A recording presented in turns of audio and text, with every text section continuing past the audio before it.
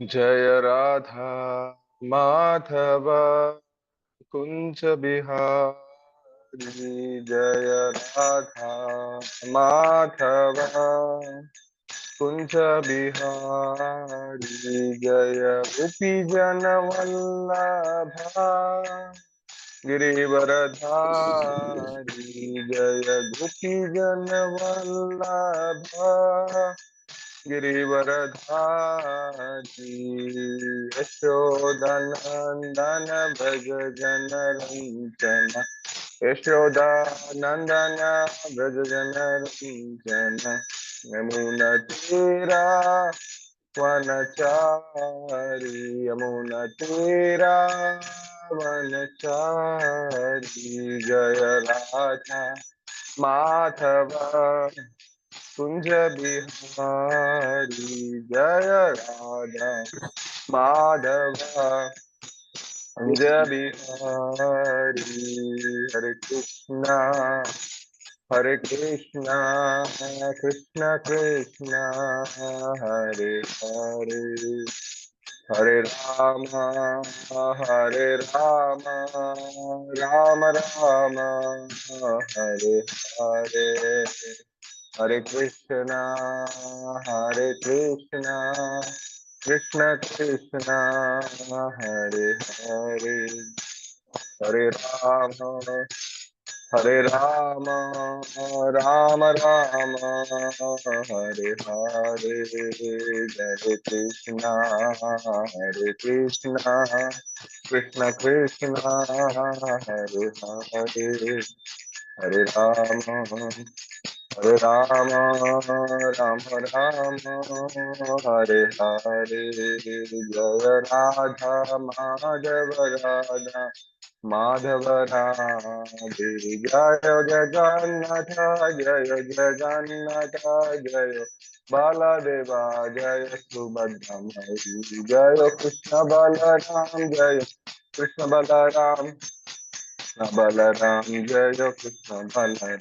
जय गौरनिताय जय राधे गौरनिताय राधे राधे गौरनिताय जय गौरनिताय। जय जय प्रभुपाद प्रभुपाद प्रभुपाद। जय जय प्रभुपाद। जय जय गुरुदेव गुरुदेव गुरुदेव। जय जय गुरुदेव। जय श्री श्री राधा माधव की जय। श्री श्री जगन्नाथ बलदेव सुभद्रा महारानी की। श्री श्री राधा नील माधव की जय। गौर प्रेमानंदे हरि हरि बोल।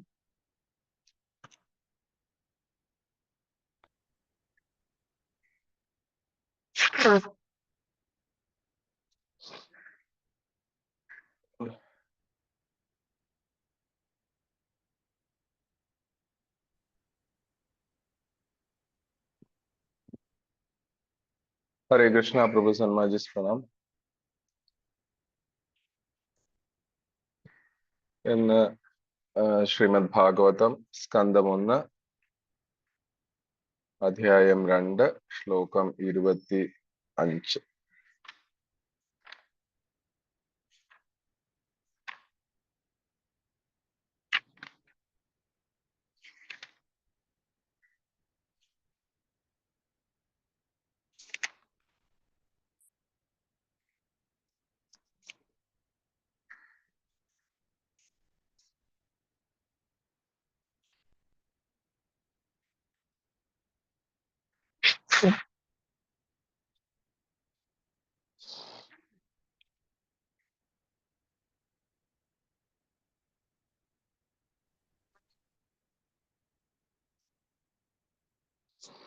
ओम नमो भगवते वासुदेवाय।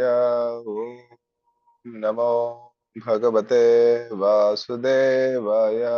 ओम नमो भगवते वासुदेवाय।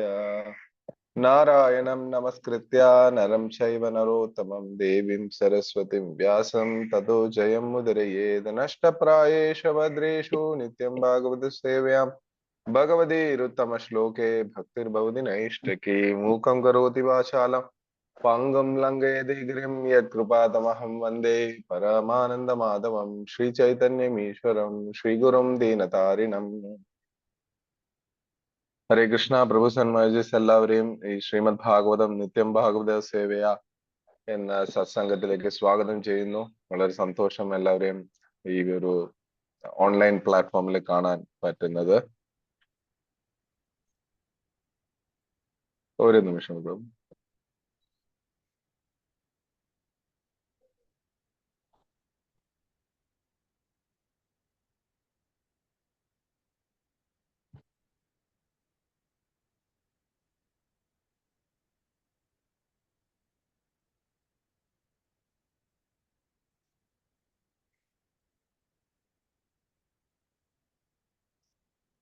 ഹരേ കൃഷ്ണ. സോറി. അപ്പൊ ഇന്ന് ശ്രീമദ് ഭാഗവതം സ്കന്ധം 1 അധ്യായം 2 ശ്ലോകം 25. അധ്യായത്തിന്റെ പേര് ദിവ്യത്വവും ദിവ്യ സേവനവും എന്ന നാമധേയമാണ്. സോ ശ്ലോകമുള്ളവരെല്ലാം ദയവായി നോക്കാം.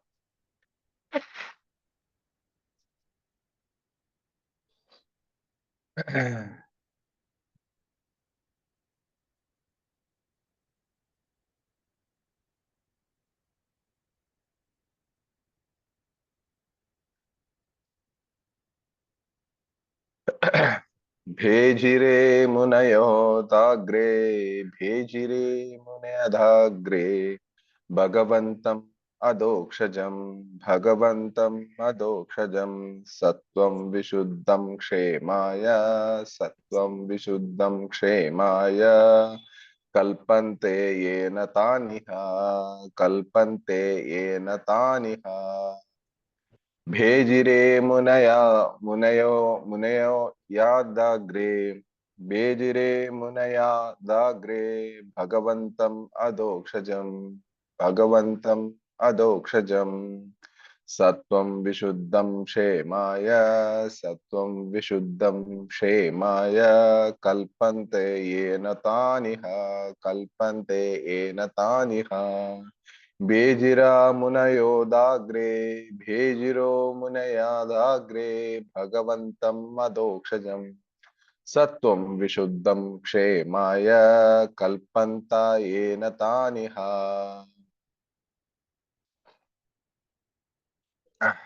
ഹരേ കൃഷ്ണ. അതിന്റെ മീനിങ്സ് ഒന്ന് വായിക്കാം. എല്ലാരും കേൾക്കുന്നുണ്ടല്ലോ അല്ലെ പ്രഭു സന്മാജി? ഹരേ കൃഷ്ണ.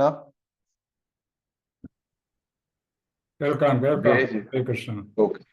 ഭേജിരെ സേവന സമർപ്പണം മുനയഃ മുനിമാർക്ക് അധ അപ്രകാരം അഗ്രേ പൂർവമായി ഭഗവന്തം പരമദിവ്യത പുരുഷന് അധോക്ഷജം സർവാതിശയം അതീന്ദ്രിയം സത്വം അസ്തിത്വം വിശുദ്ധം പ്രകൃതിയുടെ ത്രിഗുണങ്ങൾക്ക് ഉപരിയായി ക്ഷേമായ പരമനേട്ടം ആർജിക്കാൻ കൽപ്പന്തെ അർഹിക്കുന്ന അനു പിന്തുടരുക താൻ അവ ഇഹ ഈ ഭൗതിക ലോകത്ത്. വിവർത്തനം ആൻഡ് ഭവാർത്ഥം by his divine grace A C. Bhaktivedanta Swami Srila Prabhupad കി ജയ്. ഭഗവാന്റെ അസ്തിത്വം ഭൗതിക പ്രതിയുടെ ത്രിഗുണങ്ങൾക്ക് അതീതമാകയാൽ സർവ ഋഷി ശ്രേഷ്ഠന്മാരും പരമദിവ്യത പുരുഷന് സേവനം സമർപ്പിക്കുകയുണ്ടായി. ഭൗതിക അവസ്ഥയിൽ നിന്നും സ്വതന്ത്രരാകാനും അവർ ഭഗവാനെ ആരാധിച്ചു. അവണ്ണമുള്ള ശ്രേഷ്ഠ പ്രാമാണികരെ പിന്തുടരുന്നതാകയാലും ഭൗതിക ലോകത്തിൽ നിന്നും സ്വതന്ത്രമാകാൻ യോഗ്യരാകുന്നു. ഭാവാർത്ഥം: മതാനുഷ്ഠാനത്തിന്റെ ഉദ്ദേശം ഭൗതിക നേട്ടമോ ദ്രവ്യമോ ആത്മാവിൽ നിന്നുള്ള വിവേചനം അറിയാനുള്ള സാമാന്യ ജ്ഞാനമോ അല്ല. മതാനുഷ്ഠാനങ്ങളുടെ പരമലക്ഷ്യം ഭൗതിക ബന്ധനത്തിൽ നിന്നുള്ള മോചനവും അതീന്ദ്രിയ ലോക സ്വതന്ത്ര ജീവിത പുനർജീവനവുമാകുന്നു. ആകയാൽ മതനിയമങ്ങൾ പരമദിവ്യത പുരുഷനാൽ നേരിട്ട് നിർമ്മിക്കപ്പെട്ടതാകുന്നു. മഹാജനങ്ങൾ അഥവാ ഭഗവാനാൽ നിയുക്തമായ പ്രതിനിധികൾ ഒഴികെ മറ്റാരും മതത്തിന്റെ ലക്ഷ്യം അഥവാ ഉദ്ദേശം അറിയുന്നില്ല. മതോദ്ദേശം അറിയുന്ന ഭഗവാന്റെ വിശിഷ്ട പ്രതിനിധികളായി 12 പേരുണ്ട്. മാത്രവുമല്ല അവരെല്ലാം ഭഗവാന് അതീന്ദ്രിയ സേവനം സമർപ്പിക്കുന്നവരുമാണ്. സ്വനന്മ ആഗ്രഹിക്കുന്ന വ്യക്തികൾ ഈ മഹാജനങ്ങളിൽ പിന്തുടർന്ന് പരമോന്നത നേട്ടം പ്രാപ്തമാക്കണം. ഓം തത്സത്. ഓം അജ്ഞാനതിമിരാന്ധസ്യ ജ്ഞാനജനശലാകയാ ചക്ഷുരുന്മീലിതം യേന തസ്മൈ ശ്രീഗുരുവേ നമഃ. ശ്രീചൈതന്യമനോഭീഷ്ടം സ്ഥാപിതം യേന ഭൂതലേ സ്വയം രൂപദാമഹ്യം ദദാതി സ്വപദാന്തികം വന്ദേഹം ശ്രീഗുരോ ശ്രീയദപദകമലം श्री गुरुन् वैष्णवां च श्रीरूपं साग्रजातं सगण रघुनाथानितं तं सजीवं साद्वैतं सावधूतं परिजन सहितं कृष्ण चैतन्य देवं श्री राधा कृष्ण पादान सगगण ललिता श्री विशाखान्वितांश। हे कृष्णा करुणा सिंधु दीनबंधो जगतपदे गोपेश गोपियकांत राधा कांत नमोस्तुते। तप्त कांचन गौरांगी राधे वृंदावनेश्वरी वृषभानुसुते देवी प्रणमामि हरिप्रिये। वंशकल्पतरुभ्यश्च कृपा सिन्धुभ्येव च पतितानां पावनेभ्यो वैष्णवेभ्यो नमो नमः। मां विष्णुपदाय कृष्णप्रेष्ठाय भूतले श्रीमते भक्तिवेदांत स्वामिने नामिने नमस्ते सारस्वती देवे गौरवाणी प्रचारिणे निर्विशेष शून्यवादी पाश्चात्य देशतारिणे। जय श्री कृष्ण चैतन्य प्रभु नित्यानंद श्री अद्वैत गदाधर श्रीवासदि गौर भक्त वृंद। हरे कृष्णा कृष्ण कृष्ण हरे हरे, हरे राम राम राम हरे हरे। हरे कृष्ण।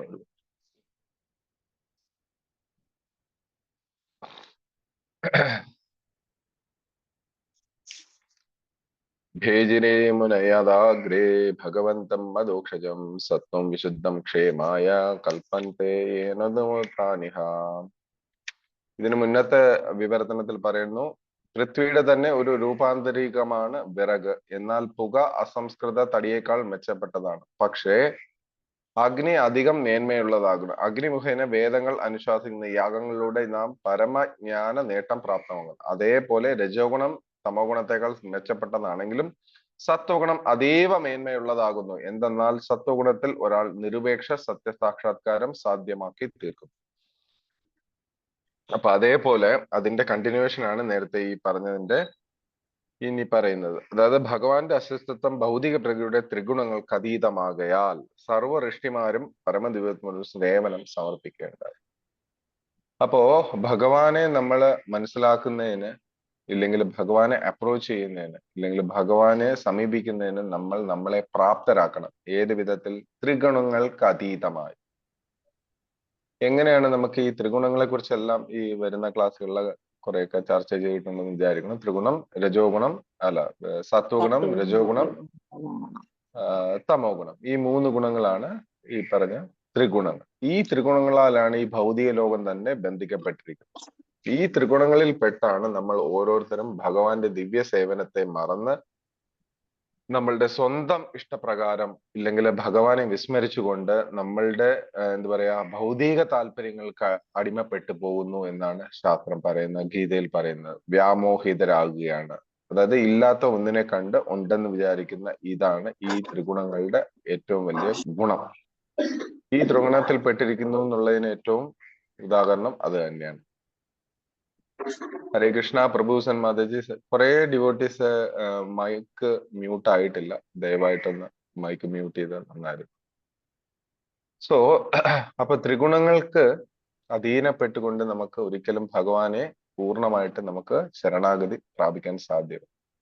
ആ ത്രിഗുണങ്ങളെ നമ്മൾ അതിജീവിക്കണം എന്നാണ് ഇവിടെ ഭഗവാൻ പറയുന്ന ശ്ലോകം. ഈ ശ്ലോകത്തിൽ അതായത് അസ്തിത്വം ഭൗതിക ത്രിഗുണങ്ങൾക്ക് അതീതമാകയാൽ ഭഗവാന്റെ അസ്തിത്വം സർവ്വ ഋഷി ശ്രേഷ്ഠന്മാരും പരമദിവ്യത്തിന് കൃഷ്ണ സേവനം സമർപ്പിക്കേണ്ട. ഭൗതിക അവസ്ഥയിൽ നിന്ന് സ്വതന്ത്രരാകാൻ അവർ ഭഗവാനെ ആദരിച്ചു. ആ ത്രിഗുണങ്ങളിൽ നിന്ന് നമുക്ക് പുറത്തു വരാനും എന്ത് ചെയ്യണം? നമ്മൾ ഭഗവാനെ തന്നെ ആശ്രയിക്കണം എന്നാണ് പറയുന്നത്.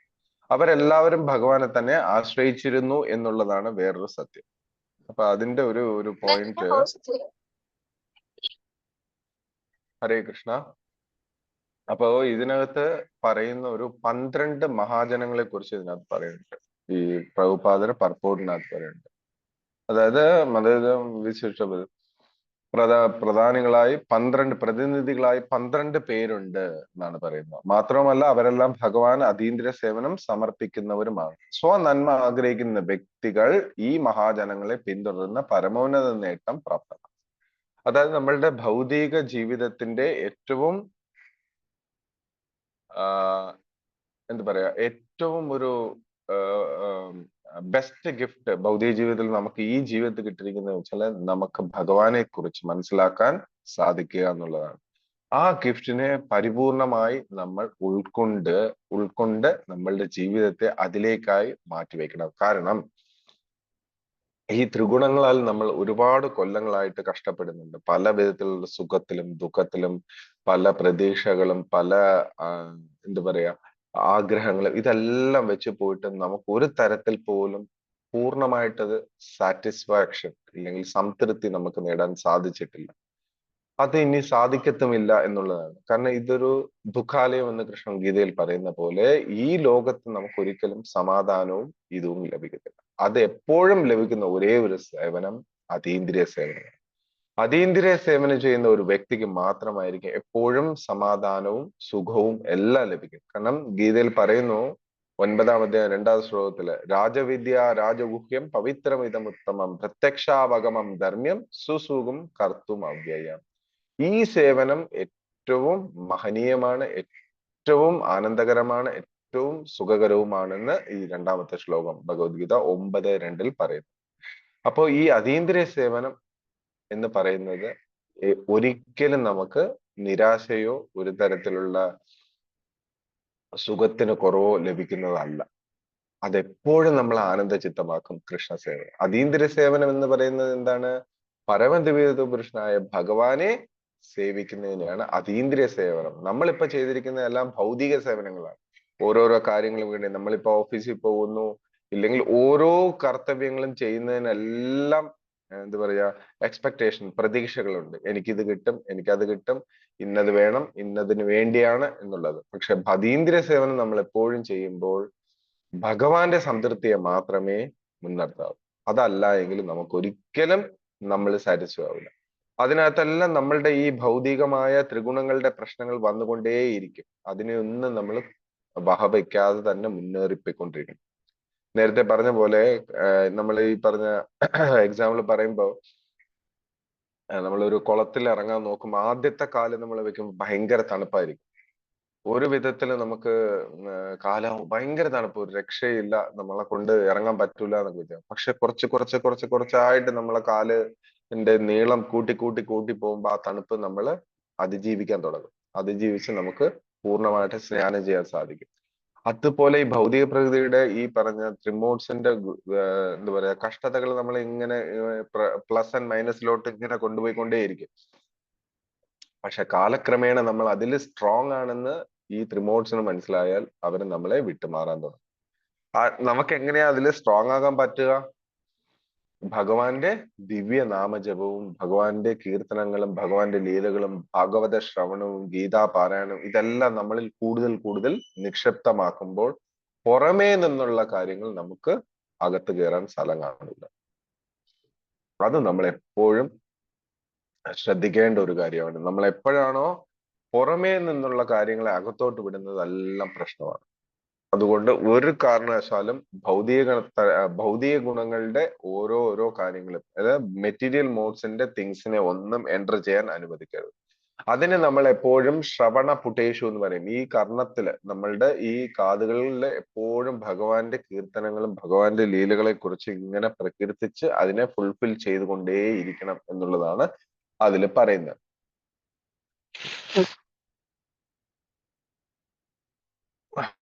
ഹരേ കൃഷ്ണ, സോറി ബ്രോ. അപ്പോ ഈ പറഞ്ഞ 12 മഹാജനങ്ങളെ നമ്മൾ പിന്തുടരണം എന്ന് ശീല പ്രഭുപാദ പറയും. എല്ലാവർക്കും അറിയാമായിരിക്കും 12 മഹാജനങ്ങൾ. ആർക്കെങ്കിലും ഒന്ന് റിപ്പീറ്റ് ചെയ്യാവോ?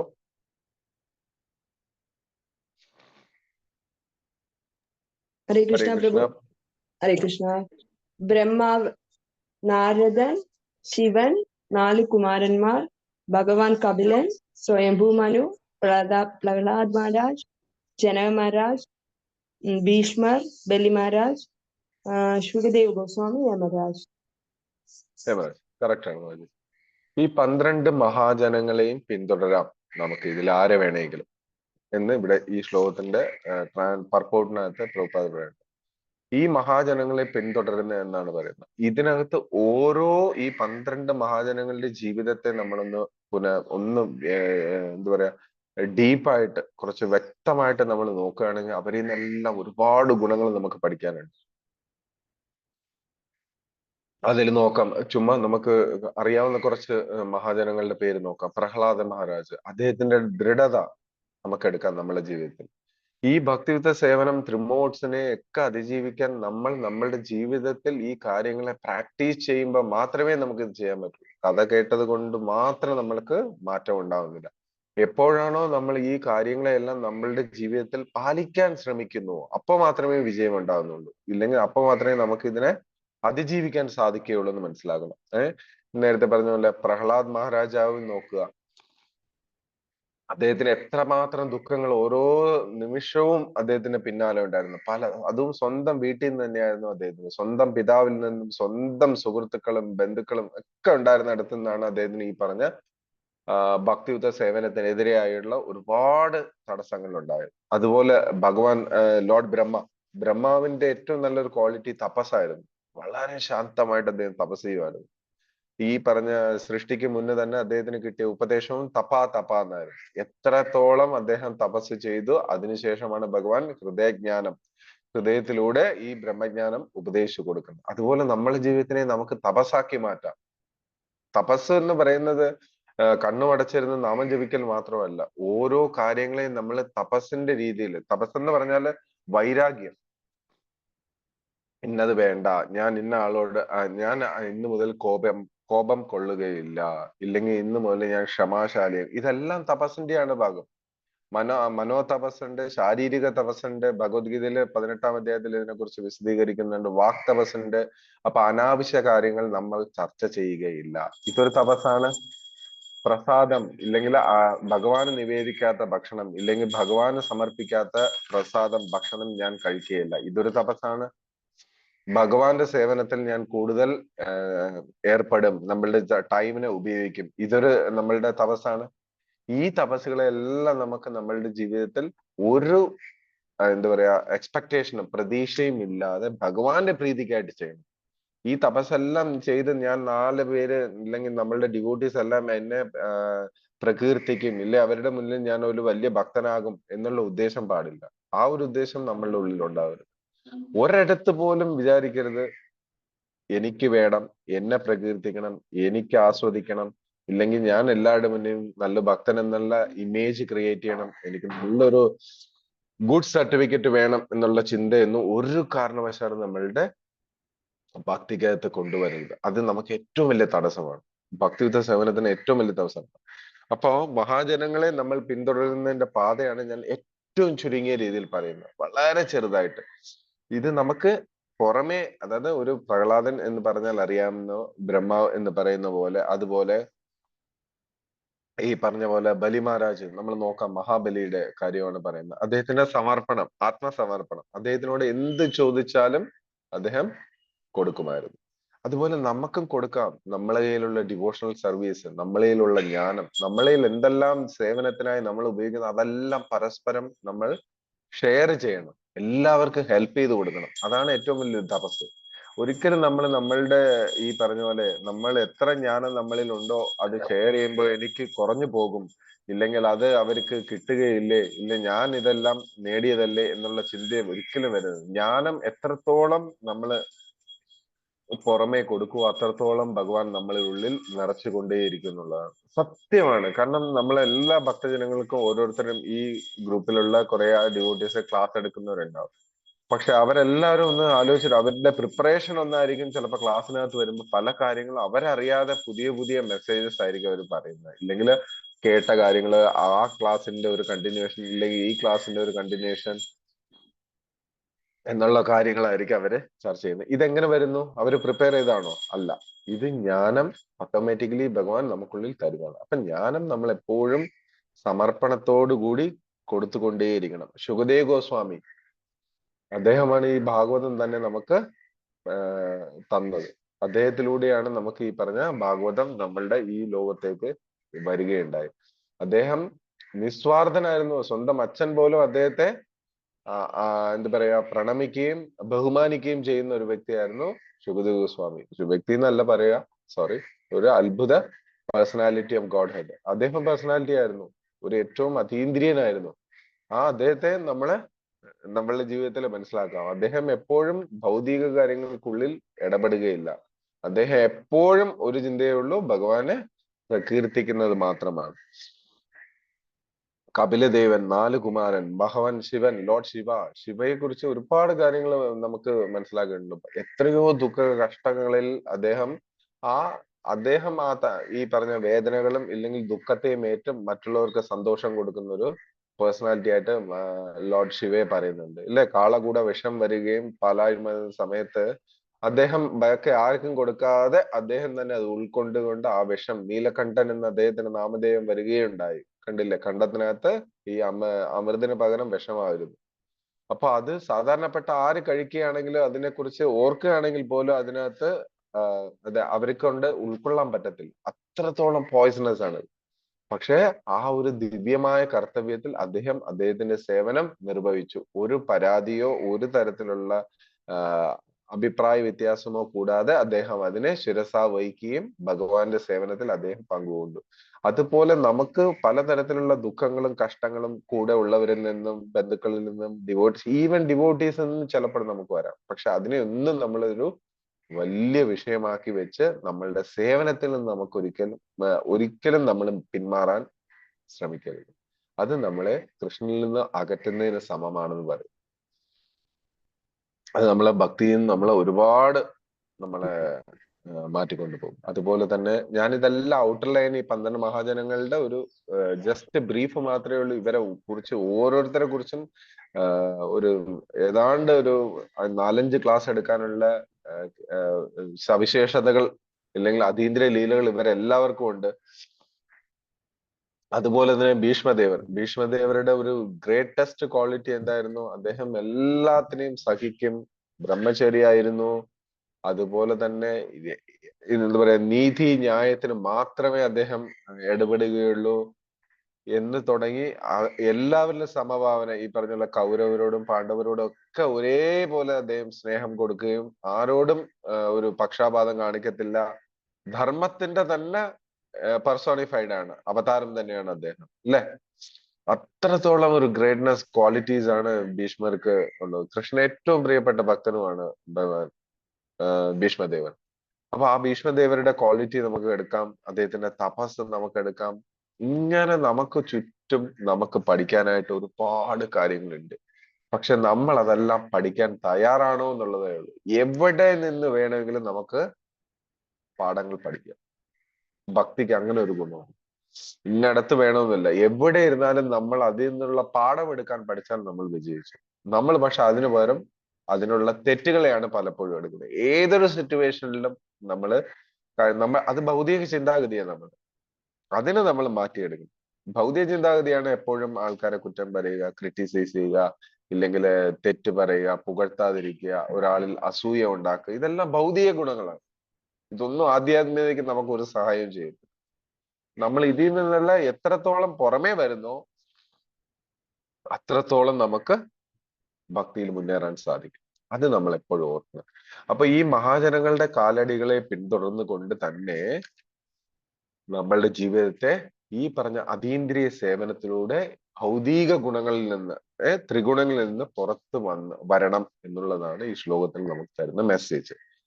നോക്കിയാൽ അറിയാം, ഭൗതിക അവസ്ഥയിൽ സ്വതന്ത്രരാകാൻ അവർ ഭഗവാൻ ആരാധിച്ച് അവണ്ണമുള്ള ശ്രേഷ്ഠ പ്രാമാണികരെ പിന്തുടരുന്നതാകയാലും ഭൗതിക ലോകത്തിൽ നിന്ന് സ്വതന്ത്രമാകാൻ യോഗ്യരാക്കും. ഈ പറഞ്ഞ മഹാജനങ്ങളെ നമ്മൾ എപ്പോഴാണോ നമ്മളുടെ ജീവിതത്തിൽ ആരാധിക്കുന്നത്, ഇല്ലെങ്കിൽ അവരുടെ കാലടികളെ പിന്തുടരുന്നത്, ആ നിമിഷം മുതൽ നമുക്കും സ്വതന്ത്രരാകാൻ സാധിക്കും എന്നുള്ളതാണ് പറയുന്നത്. നമുക്ക് നോക്കിയാല് ഈ പറഞ്ഞ മഹാജനങ്ങൾ ഓരോരുത്തരുടെ ജീവിതത്തിലും ഭഗവാനെ അവർ സേവിച്ച വിധം, അവര് നമുക്ക് തരുന്ന ഉപദേശം, ഇതെല്ലാം ഭാഗവത്തിൽ വളരെ ഭംഗിയായിട്ട് മനോഹരമായിട്ട് നമുക്ക് ഈ പറഞ്ഞ ഗ്രന്ഥത്തിനകത്ത് പറയുന്നുണ്ട്. പക്ഷെ ഇതിനെ നമ്മൾ എത്രത്തോളം പ്രായോഗികതയിൽ കൊണ്ടുവരുന്നു എന്നുള്ളതാണ് വിജയം. ഏതൊരു ജ്ഞാനം തേഹം സവിജ്ഞാനവിധം എന്ന് ഭഗവത്ഗീതയിലെ 7-ാം അധ്യായത്തില് ശ്ലോകം പറയുന്നു. ജ്ഞാനം മാത്രം പോരാ, സവിജ്ഞാനം എന്ന് പറഞ്ഞാൽ ഹൗ ടു പ്രാക്ടീസ് ഇറ്റ്. നമ്മൾ അതിനെ എങ്ങനെ നമ്മളുടെ പ്രായോഗികമായിട്ട് പ്രാക്ടീസ് ചെയ്യുന്നു, പരിശീലിക്കുന്നു എന്നതിലാണ് അതിന്റെ യഥാർത്ഥ വിജയം. അത് നമുക്ക് ഈ പറഞ്ഞ പോലെ പ്രാക്ടീസ് ചെയ്യണമെങ്കിൽ നമ്മൾ നമ്മളുടെ മനോഗതികളെ ഇല്ലെങ്കിൽ മനോ ആജ്ഞകളെ വഴിമാറ്റി കൃഷ്ണനിലേക്ക് കൊണ്ടുവരണം. അതിന് ഈ മഹാജനങ്ങൾ പറഞ്ഞിരിക്കുന്ന പാതകളെ പിന്തുടരണം. അതുപോലെ തന്നെയാണ് നമ്മളുടെ മുന്നിൽ ഏറ്റവും വലിയൊരു മഹാജനമായിട്ട് ശ്രീല പ്രഭുപാദരുണ്ട്. ശ്രീല പ്രഭുപാദരുടെ ജീവചരിത്രവും ശ്രീല പ്രഭുപാദ് നമുക്ക് നൽകിയിട്ടുള്ള ഈ ചിട്ടാവിധികളെയും നമ്മളുടെ ജീവിതത്തിൽ എത്രത്തോളം മുറുകെ പിടിക്കാമോ അത്രത്തോളം നമ്മളുടെ ജീവിതം കൃഷ്ണനിലേക്ക് കൂടുതൽ കൂടുതൽ അടുത്തുകൊണ്ടേയിരിക്കും. നമ്മൾ എത്രത്തോളം ലാഗ് ചെയ്യോ അല്ലെങ്കിൽ എത്രത്തോളം നമ്മൾ അതിൽ സീരിയസ് അല്ലാതാകുന്നു അത്രത്തോളം നമുക്ക് അത് ഭഗവാന്റെ അടുത്ത് എത്താനും താമസിക്കും. ഇവിടെ എല്ലാം നമ്മളുടെ ചോയ്സ് മാത്രമാണ്. നമുക്ക് വേണോ വേണ്ടയോ എന്നുള്ളതാണ് ഇതിനകത്തുള്ള ഏറ്റവും പ്രധാനമായ ചോദ്യം. അപ്പൊ നമ്മളുടെ ജീവിതത്തെ ഈ പറഞ്ഞ പോലെ നമ്മൾ ഈ ശ്ലോകത്തിന്റെ കൺക്ലൂഷനിൽ വരുന്നു. ഭേജിരേ മനേതാഗ്രേ ഭഗവന്തം അധോക്ഷജം സത്വം വിശുദ്ധം ക്ഷേമായ കൽപ്പന്തേ യോന താനിഹ. ഈ പറഞ്ഞ ശ്ലോകത്തിൽ പറഞ്ഞിരിക്കുന്ന പോലെ അവണ്ണം ഭൗതിക ലോകത്ത് നമുക്ക് പുറത്ത് കിടക്കേണ്ടതാണ് നമ്മളെ ജോലി. അല്ലാതെ ഈ ലോകത്ത് കിടന്ന് ആസ്വദിക്കുക, ഈ ഭൗതിക ലോകത്തില് നമ്മളുടെ ജീവിതത്തെ പരമാവധി ആസ്വദിക്കാം എന്ന് പറയുന്നത് മൂഢന്മാർ ചിന്തിക്കുന്നതാണ്. കാരണം ഭൗതിക ലോകത്തിൽ യഥാർത്ഥത്തിൽ സുഖമേ ഇല്ല, ദുഃഖം മാത്രമേ ഉള്ളൂ. നമ്മൾ എത്രത്തോളം സുഖം എന്ന് പോകുന്നു അത്രത്തോളം നമ്മളുടെ ദുഃഖത്തിന്റെ ഡെപ്തും കൂടും എന്നാണ് ഗീത പറയുന്നത്. നമ്മൾ ഈ ഭൗതിക ലോകത്ത് ആസ്വദിക്കുന്ന സുഖങ്ങളെല്ലാം ടെമ്പററി, സുഖം എന്ന് തോന്നിക്കുന്ന വിധത്തിലുള്ള സുഖം. അതായത് ഈ അതിനൊരു എക്സാമ്പിൾ രാധേശ്യാം പ്രഭു ഒരു പ്രാവശ്യം പറയുന്നത്, നമ്മളെ ഒരാളെ വെള്ളത്തിൽ ഇങ്ങനെ മുക്കി വെച്ചിരിക്കുകയാണ്, ദുഃഖം. അതിൽ നിന്ന് ജസ്റ്റ് ഒരു നിമിഷം പുറത്തെടുക്കുന്നു. ഇതൊരു സുഖമാണോ യഥാർത്ഥത്തിൽ? വീണ്ടും മുക്കുന്നു, വീണ്ടും പുറത്തെടുക്കുന്നു, വീണ്ടും മുക്കുന്നു. ഇതൊരു സുഖമാണെന്ന് നമുക്ക് തോന്നുന്നുണ്ടോ? ഇതൊരിക്കലുമേ സുഖമല്ല എന്നുള്ളതാണ്. അതുപോലെയാണ് ഈ ഭൗതിക ലോകത്ത്. നമ്മൾ വേഗം സുഖമാണ്, നമ്മൾ സുഖിക്കുകയാണ്, നമ്മൾ ആസ്വദിക്കുകയാണ്, നമ്മളെ അക്വയർ ചെയ്യാണ്, നമ്മൾ നേടി, അത് നേടി, ഇത് നേടി എന്നൊക്കെ ഉള്ള വ്യാമോഹം മാത്രമേ ആവുന്നുള്ളൂ. ഇത് യഥാർത്ഥത്തിൽ ഈ പറഞ്ഞ വെള്ളത്തിൽ നിന്ന് കുറച്ചു നേരം നമ്മളെ തല പുറത്തെടുത്ത് വെച്ചിരിക്കുകയാണ്, വീണ്ടും നമ്മളെ മുക്കും. അതാണ് ഈ ത്രിഗുണങ്ങളുടെ ഗുണം. അവരൊരിക്കലും നമ്മളെ മായയിൽ നിന്ന് പുറത്താകാൻ അനുവദിക്കില്ല. പക്ഷേ നമ്മൾ എപ്പോഴാണോ ഭഗവാന്റെ ദിവ്യ സേവനം, ഭഗവാന്റെ ശുദ്ധ ഭക്തന്മാരെ നമ്മളുടെ ജീവിതത്തിൽ ആരാധിച്ചുകൊണ്ട് അവരെ പിന്തുടരുന്നുവോ അന്നു മുതൽ നമ്മളുടെ ജീവിതം അതീന്ദ്രിയമാകും. അതീന്ദ്രിയ സേവനമാകണം. ആ അതീന്ദ്രിയ സേവനത്തിന് എപ്പോഴും മഹനീയമായിട്ട് നമ്മളുടെ കൃഷ്ണന്റെ ഹൃദയത്തില് സ്ഥാനമുണ്ട്. കൃഷ്ണൻ ബാക്കി ഈ പറഞ്ഞ കൃഷ്ണൻ ഏത് സേവനം ചെയ്യുന്ന ആരെയും വിസ്മരിക്കുകയില്ല. നമ്മൾ ഒരിക്കലും മറന്നു പോകരുത്. ഭഗവാൻ എപ്പോഴും ചെയ്ത ഓരോരുത്തർക്കും അവർക്ക് വേണ്ട അതിനുള്ള തക്കതായ പ്രതിഫലം നൽകുകയും. പക്ഷെ യഥാർത്ഥ ഭക്തൻ ഒരു പ്രതിഫലവും ഭഗവാനോട് പ്രതീക്ഷിക്കുന്നില്ല, ഭഗവാനോട് യാചിക്കുന്നുമില്ല. നമുക്ക് വേണ്ടതെല്ലാം ഓട്ടോമാറ്റിക്കലി വരും. നമുക്ക് ആ പൂർണ്ണ വിശ്വാസം വേണം. നമുക്ക് എപ്പോഴും ഈ ഭക്തിയിൽ നമ്മളെ എപ്പോഴും ഉയരാത്തതിന് ഒരു കാരണം എന്ന് എനിക്ക് തോന്നുന്നത് നമ്മളുടെ ശ്രദ്ധക്കുറവാണ്. ഈ പറഞ്ഞ പോലെ 9 വിധ ഭക്തി പ്രക്രിയ പറയുന്നില്ല, ശ്രദ്ധവാൻ. ഈ പറഞ്ഞ പോലെ അതിൽ പറയുന്ന ഒരു ശ്രദ്ധ എന്ന് പറഞ്ഞാല് വിശ്വാസക്കുറവുമുണ്ട്. ആ വിശ്വാസക്കുറവ് നമ്മൾ കുറച്ചുകൂടി ദൃഢപ്പെടുത്തണം എന്നുള്ളതാണ് അപേക്ഷ. അപ്പൊ നമ്മള് ഇന്നത്തെ ഈ ക്ലാസ്സിൽ പറയാൻ ഉദ്ദേശിച്ചത് ഇത്രയേ ഉള്ളൂ. നമ്മളുടെ ഭൗതിക ലോകത്തുനിന്ന് നമ്മൾക്ക് ഈ ത്രികോണങ്ങളിൽ നിന്ന് പുറത്തു വരണം എന്നുള്ളതാണ്. അതിന് ഏറ്റവും നല്ല എളുപ്പമായ മാർഗം എന്ന് പറയുന്നത് മഹാജനങ്ങളെ ആരാധിക്കുക, അവരുടെ കാലടികളെ പിന്തുടരുക എന്നുള്ളതാണ്.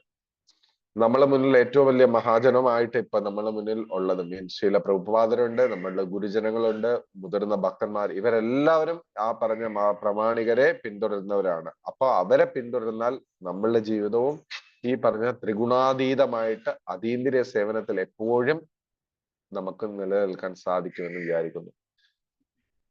ഗ്രന്ഥരാജ് ശ്രീമദ് ഭാഗവതം കി ജയ്, ശ്രീല പ്രഭുപാദ് കി ജയ്, ശ്രീല ഗുരുദേവി കി ജയ്. ഓം തത്സത്. എന്തെങ്കിലും കൂടുതൽ പോയിന്റ്സ് അറിയാമെങ്കിൽ ഷെയർ ചെയ്യണം. ഞാൻ ഒന്നും പറഞ്ഞിട്ടില്ല, എനിക്ക് നന്നായിട്ട് അറിയാം. ദയവായിട്ട് കൂടുതൽ പോയിന്റ്സ് ആഡ് ചെയ്യാം. ഹരേ കൃഷ്ണ. ഹരേ കൃഷ്ണ. അതായത് ഭഗവാന്റെ ഭക്തിയെ പറ്റി പറഞ്ഞാൽ എനിക്ക് കൂടുതൽ പറയാനില്ല. അത് പറഞ്ഞ അതായത് കൊടുക്കും തോറും ഏറിടും, കൊണ്ടുപോകില്ല ചോരന്മാർ. അതൊരൊറ്റ സാധനം ഭഗവാന്റെ കാര്യം മാത്രമേ ഉള്ളൂ. അത്ര അത് മാത്രമേ ഉള്ളൂ. പിന്നെ അതിപ്പം പ്രഹ്ലാദൻ പറഞ്ഞത് അസുരശ്രേഷ്ഠ പിതാവിനോട് പറയുന്നത്, അല്ലയോ അസുരശ്രേഷ്ഠ, ഞാൻ എൻ്റെ ആദ്യാത്മീയ ഗുരുവിൽ നിന്നും പഠിച്ചതനുസരിച്ച് ക്ഷണികമായ ശരീരവും ഗൃഹസ്ഥ ജീവിതവും സ്വീകരിച്ചിട്ടുള്ള ഒരു വ്യക്തി തീർച്ചയായും ഉത്കണ്ഠാകുലനാണ്. അയാൾ ജലമില്ലാത്ത ഒരു പൊട്ടക്കിണറിൽ വീണിരിക്കുന്നു. ഈ ഒരു അവസ്ഥയെ ഉപേക്ഷിച്ച് ഹരിയെ ആശ്രയിക്കുക, അതാണ്. പിന്നെ അതുപോലെ അതിനെ കണക്ട് ചെയ്ത് പറയേണ്ട, അതായത് മഹാജൻ എന്ന് പറഞ്ഞത് അദ്ദേഹം ജനക മഹാരാജാവ് അദ്ദേഹം ഈ ഉടലോടെ അങ്ങ് പോയ ആളാണ്. എന്നിട്ടും വൈകുണ്ഠത്തിലേക്ക് അദ്ദേഹം നരകം കാണാനിടയാവൂന്ന് പറഞ്ഞു. നരകം കാണാനിടയായി. അപ്പൊ ഇദ്ദേഹം ചോദിക്കും, ഞാൻ ഈ നരകം കാണാനുള്ള കാരണം എന്താണെന്ന് ചോദിക്കും. അപ്പൊ അനുയായികൾ പറയും, അതായത് പശു തീറ്റ തിന്നുകൊണ്ട് നിന്നപ്പോ അതിനെ ഡിസ്റ്റർബ് ചെയ്തു. തീറ്റ എന്ന് ഒരു ചെറിയ തടസ്സം കൊടുത്തു, അതുകൊണ്ടാണ്. അപ്പൊ നമ്മളൊക്കെ ഓർക്കണം അല്ലേ? അതെ, നമ്മളെ ജീവിതത്തിൽ എത്രത്തോളം കാര്യങ്ങൾ ചെയ്യാനുണ്ട്. ഗോസേവ ചെയ്യേണ്ടത് വളരെ വളരെ പ്രാധാന്യമാണ്. ഹരേ കൃഷ്ണ കൃഷ്ണ. ഏറ്റവും പ്രിയപ്പെട്ടതാണ്. ഹരേ കൃഷ്ണ. നന്ദി മാതാജി.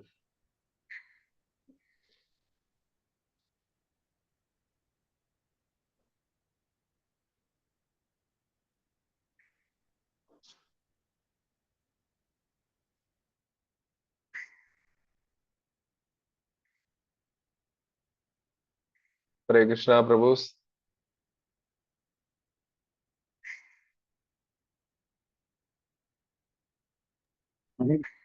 വളരെ നന്ദി പ്രഭു. വളരെ നല്ല ക്ലാസ് ആയിരുന്നു. വളരെ സിമ്പിൾ ആയിട്ട് നന്നായി ക്ലാസ് എടുത്തു. നന്ദി പ്രഭു. ഹരേ കൃഷ്ണ പ്രഭു.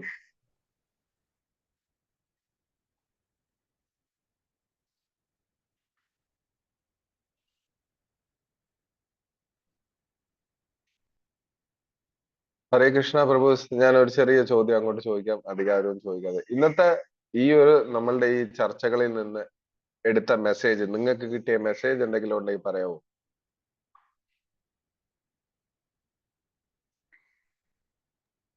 ഹരേ കൃഷ്ണ പ്രഭുജി. ഹരേ കൃഷ്ണ മാതാജി. ഹരേ കൃഷ്ണ. തെറ്റാണെങ്കിൽ ക്ഷമിക്കണം. നമുക്ക് അഹങ്കാരം പാടില്ല. അറിവുണ്ട് എന്നുള്ളൊരു അഹങ്കാരത്തോടെ നമ്മൾ ആരോടും പെരുമാറരുത്. എല്ലാം ഭഗവാന്റെ അനുഗ്രഹം മാത്രമായിട്ട് കരുതണം.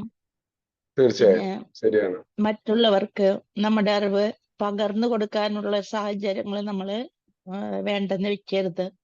അത് കൊടുക്കും തോറും കൂടുന്നതാണ് അറിവ്.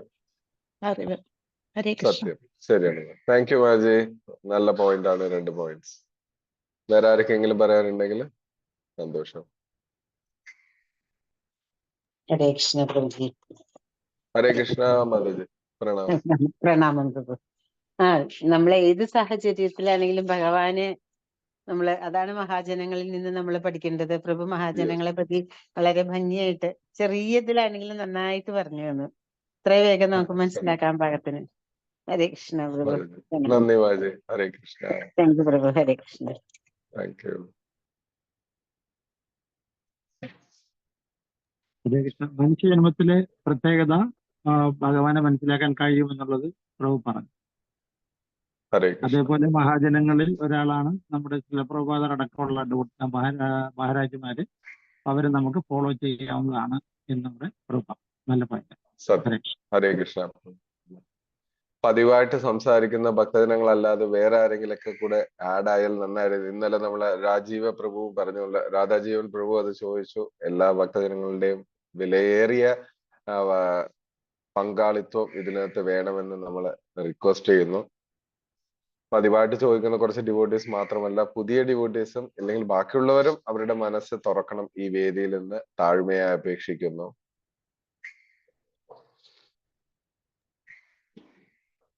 കഴിഞ്ഞിട്ട് എല്ലാവരും മനസ്സിലായ പോയിന്റ് 1-2 പോയിന്റ് പറയുന്നത് മറ്റുള്ളവർക്കും കൂടെ അത് ബൈഹാർട്ട് ആവാൻ ഉപകാരപ്പെടുന്നതാണ്. അതുകൊണ്ട് പ്രഭു പറഞ്ഞതുപോലെ ദയവായി എല്ലാവരും ക്ലാസ് കഴിഞ്ഞിട്ട് 2 ലൈൻ സംസാരിക്കാൻ മുന്നോട്ട് വരണമെന്ന് വിനീതമായി അഭ്യർത്ഥിക്കുന്നു. ഹരേ കൃഷ്ണ. ഏതെങ്കിലും ക്ലാസ്സിൽ നിന്ന് കിട്ടിയ ഒരു പോയിന്റ്, ഒരു വേർഡ്, ഇല്ലെങ്കിൽ ഒരു മെസ്സേജ്, ഇല്ലെങ്കിൽ ഒരു സ്റ്റോറിയുടെ ഒരു തുടക്കം, എന്തെങ്കിലുമൊക്കെ ഒന്ന് പറയുന്നതാണ് പരസ്പരം മച്ചിത്ത മദ്ഗത പുരാണ ബോധയന്ത പരസ്പരം എന്ന് പറയുന്നത്. അങ്ങോട്ടും ഇങ്ങോട്ടും ചർച്ച ചെയ്ത് ഇതൊരു ക്ലാസ് മാത്രമാകരുത്, ഇതൊരു ഡിസ്കഷൻ ആയിരിക്കണം. ഭാഗവത ശ്രവണ ചർച്ചകളിൽ ഏർപ്പെടേണ്ട ഒരു വേദി കൂടെയാണ്. അതുകൊണ്ടാണ് ധൈര്യമായിട്ട് നമുക്ക് പറയാം എന്ന് പറയാൻ കാരണം. ഇതിനകത്ത് സ്പീക്കർ ഒന്നോ അങ്ങനെ ഒരു ചിന്താഗതിയൊന്നും വേണ്ട. ഹരേ കൃഷ്ണ.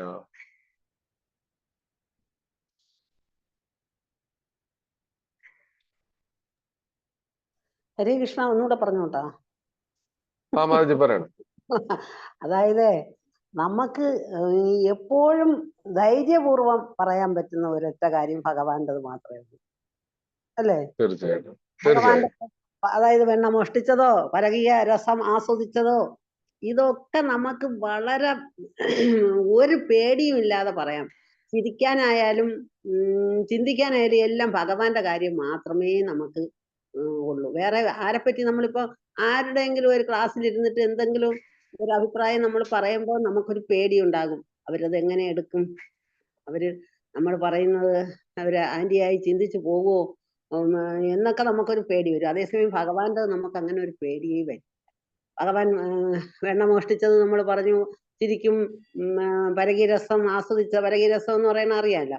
ഇത് നമ്മൾ ആസ്വദിക്കും, നമ്മളെല്ലാം പറയും. ആരും ഭയക്കാതെ ചെയ്യാവുന്ന ഒരൊറ്റ കാര്യം ഭഗവാന്റെ എല്ലാ പോരായ്മയായാലും നന്മയായാലും തിന്മയായാലും എന്തായാലും പറയാൻ പറ്റുന്ന ഒരു കാര്യം ഭഗവാന്റേത് മാത്രം. വേറെ ഹരേ കൃഷ്ണ. ഒരാളുടേത് നമുക്ക് പറയാൻ പറ്റില്ല. സത്യം.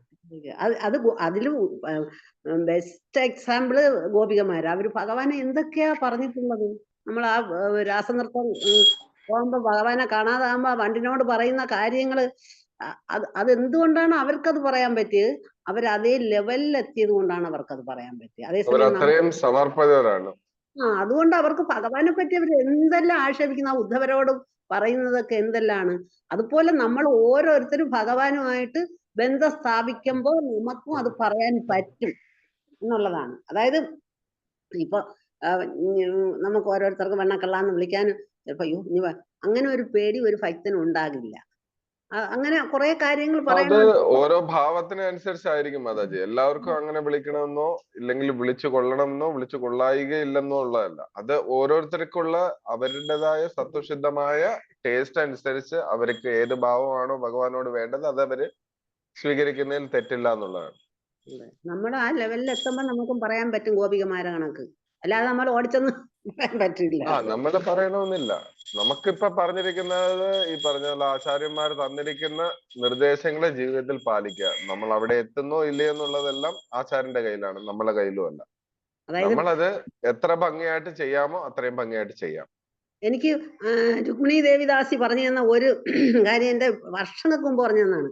അതായത് നമുക്ക് ആകെ പേടിയില്ലാതെ സന്തോഷിക്കാനും ആക്ഷേപിക്കാനും ഒക്കെ പറ്റിയ ഒരാള് കൃഷ്ണൻ മാത്രമേ ഉള്ളൂ. സത്യമാണ്. നമുക്ക് എന്തും തുറന്നു പറയാം. ഹരേ കൃഷ്ണ.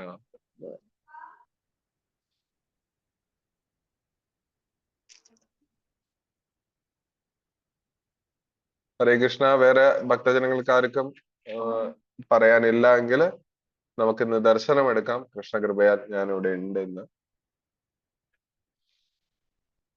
ദർശനത്തിലേക്ക് പോവാം. ഹരേ കൃഷ്ണ. ഒരു നിമിഷം.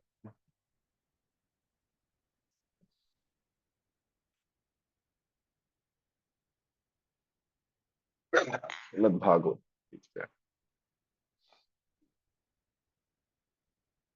ഇന്ന് ഭഗവാൻ പീതാംബരധാരിയാണ്.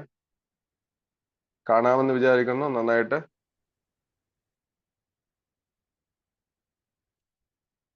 ഇങ്ങനെ എടുക്കണം. സോറി പ്രഭു.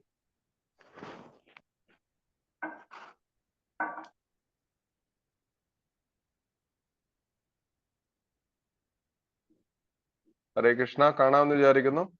ഹരേ കൃഷ്ണ. കാണാം. അതിസുന്ദരം. ചുരുങ്ങിപ്പോയല്ലോ, ഇപ്പൊ ചെറുതായി പോയല്ലോ. അതെന്താ? അല്ല, ഓരോരുത്തരായിട്ട് കാണിക്കുന്നതാണ്. ഇപ്പൊ ഓക്കെ. ഗൗരനിതായ രണ്ടുപേരെയും കാണാം. ഹരേ കൃഷ്ണ.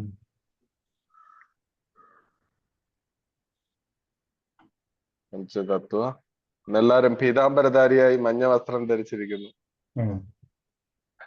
തുളസിമാറാണിയും കൂടെ ചേർത്ത്. താഴെ ഗുരു പരമ്പര. കുറച്ചുകൂടി ലോങ് വ്യൂ നോക്കാം.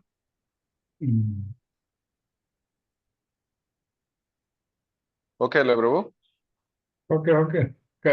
ഹരേ കൃഷ്ണ. നമ്മളുടെ പരം ഗുരു ശീല പ്രഭുപാദൻ. അദ്ദേഹം നമ്മളെ ഉദ്ധരിക്കാനായി എപ്പോഴും തയ്യാറായിട്ട് നിൽപ്പുണ്ട്.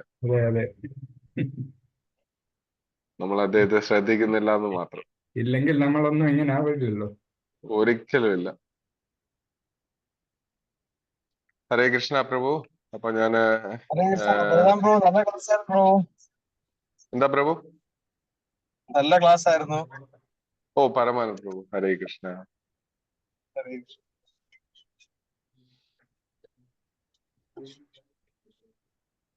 അപ്പൊ നിർത്തട്ടെ പ്രഭു. ശരി ബ്രോ, ഹരേ കൃഷ്ണ. ഹരേ കൃഷ്ണ. ദണ്ഡവത് പ്രണാമം. വൈഷ്ണവേവോ നമോ. ഹരേ കൃഷ്ണ പ്രഭു. പ്രഭു എത്തിയോ? ഹരേ കൃഷ്ണ. അതാ കഥാമൃത പ്രഭു എത്തിയോ? അത് എത്തിയിട്ടില്ല, എന്ന് എത്തും പ്രഭു. ഭഗവാന്റെ കൃപ ജഗന്നാഥ ഗുരുധാം ഇന്ന് വൈകുന്നേരം എത്തും പ്രഭു. ഇന്ന് വൈകുന്നേരം എത്തി ഭഗവാൻ. പ്രഭു സർ മാതാജീസ്, ഒരു അനൗൺസ്മെന്റ് കൂടെ ഉണ്ട്. വൈകിട്ട് ചൈതന്യ ചരിതാമൃതം ക്ലാസ് ഉണ്ട്. അപ്പൊ അതിനും പറ്റുകയാണെങ്കിൽ ഇതേ ലിങ്കിൽ എല്ലാവരും പങ്കുകൊള്ളണമെന്ന് വിനീതമായി അഭ്യർത്ഥിക്കുന്നു. ഹരേ കൃഷ്ണ. രഥയാത്രയുടെ അനൗൺസ്മെന്റ്. ഈ വരുന്ന ശനിയാഴ്ച തിരുവനന്തപുരം രഥയാത്ര PMG ഹനുമാൻ ക്ഷേത്രത്തിൽ നിന്ന് 4 മണിക്ക് തുടങ്ങി വൈകിട്ട് 7:30-8 മണിയോടുകൂടി പ്രിയദർശിനി ഹാളിൽ, അതായത് ഈസ്റ്റ് ഫോർട്ട് പ്രിയദർശിനി ഹാളിൽ എത്തിച്ചേരും. ഒരുപാട് മുതിർന്ന ഭക്തജനങ്ങളും മഹനീയ സാന്നിധ്യം അവരുടെയൊക്കെ ഉണ്ടായിരിക്കും. മനോഹരമായ കീർത്തനം, നൃത്തം എന്നീ കലാപരിപാടികളും ഒക്കെ ഉണ്ട്. അപ്പൊ എല്ലാവരുടെയും മഹനീയ സാന്നിധ്യം കുടുംബത്തോടൊപ്പം സുഹൃത്തുക്കളോടൊപ്പം വന്ന് ഈ രഥയാത്രയിൽ പങ്കുകൊണ്ട് ശ്രീല ജഗന്നാഥ് ബലദേവ് സുഭദ്ര മാതാവിന്റെ അനുഗ്രഹം സ്വീകരിക്കണമെന്ന് വിനീതമായി അഭ്യർത്ഥിക്കുന്നു. ഹരേ കൃഷ്ണ. ഹരേ കൃഷ്ണ. ഹരേ കൃഷ്ണ പ്രഭു. കഥാവർ ബ്രോ, ഒരു ദിവസം പ്രഭുവിന്റെ ക്ലാസ് കഴിഞ്ഞിട്ട് നമ്മുടെ ജഗന്നാഥ രഥയാത്രയുടെ ഫുൾ ഒരു എക്സ്പീരിയൻസ് പങ്കുവെക്കണേ ബ്രോ. തീർച്ചയായും. ഹരേ കൃഷ്ണ. ഹരേ കൃഷ്ണ. ഹരേ കൃഷ്ണ. ഭഗവാൻ പ്രഭു. ആ പ്രഭു, തലേ ദിവസം 12-ാം തീയതി ഭഗവാൻ ചപ്പൻ ഭോഗ് ചപ്പൻ ഭോഗ്. പുഷ്പാഭിഷേകം. ചപ്പൻ ഭോഗ് തലേ ദിവസം 12-ാം തീയതി വെള്ളിയാഴ്ച ഏതാണ്ട് രാവിലെ 9 മണി മുതൽ വിശിഷ്ടമായ ഭക്തജനങ്ങളുടെ കീർത്തനവും കൂടെ ഭഗവാന് 64 ഐറ്റം ദിവ്യ ഭോഗങ്ങളും പ്രസാദം ഓഫർ ചെയ്യുന്നുണ്ട്. അതിന്റെ കൂടെ പുഷ്പാഭിഷേകം ഉണ്ടായിരിക്കുന്നതാണ്. അപ്പൊ അതിനും മഹനീയമായ ഭക്തജനങ്ങൾ എല്ലാവരും എത്തണമെന്ന് താഴ്മയായി അപേക്ഷിക്കുന്നു. Thank you Prabhu. ഹരേ കൃഷ്ണ. ഞാൻ സ്റ്റോപ്പ് ചെയ്യുന്നു. മറ്റുള്ള ഭക്തന്മാർക്കും വൃത്തിയോടുകൂടി വെജിറ്റേറിയൻ ഫോളോ ചെയ്യുന്ന ഭക്തന്മാർക്ക് എന്തെങ്കിലും ഭഗവാനെ ഉണ്ടാക്കിക്കൊണ്ട് വരികയോ വാങ്ങിക്കൊണ്ട് വരികയോ ചെയ്യാമെന്ന് കൂടെ അനൗൺസ്മെന്റ്. അത് അനൗൺസ്മെന്റ് ആയല്ലോ പ്രഭു. അത് തന്നെയാണ് പ്രഭു പറഞ്ഞതുപോലെ. ആർക്കെങ്കിലും താല്പര്യമുള്ളവർക്ക് ദയവായിട്ട് കൊണ്ടുവരാം. ഹരേ കൃഷ്ണ.